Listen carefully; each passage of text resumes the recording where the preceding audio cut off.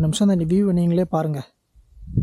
இங்கேருந்து அப்படியே இப்படி சுற்றி வந்தால் ஃபுல்லாக பெரிய மலை தான், கண்ணுக்கு எண்ண தூரம் வரைக்கும். இந்த சைடாவது பரவாயில்ல, ஸோ சின்ன சின்ன மலை அங்கங்கே பார்க்கக்கூடாதுன்னு தெரியுது.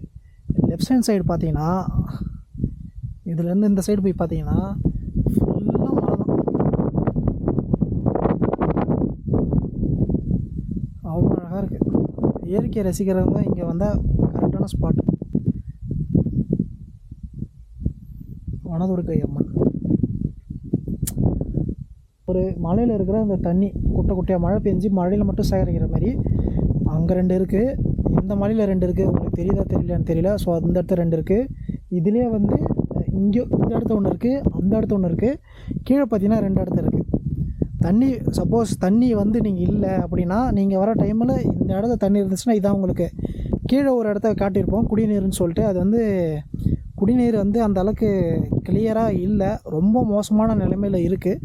நீங்கள் மேக்ஸிமம் இங்கே பிளான் பண்ணுற மாதிரி இருந்தீங்கன்னா தண்ணி மேக்ஸிமம் ஒரு 2 லிட்டர், ஒரு ஆளுக்கு மேக்ஸிமம் ஒரு 2 லிட்டர் கிட்டே எடுத்துகிட்டு வந்துடுங்க. அதான் சேஃப் அண்ட் செக்யூர்.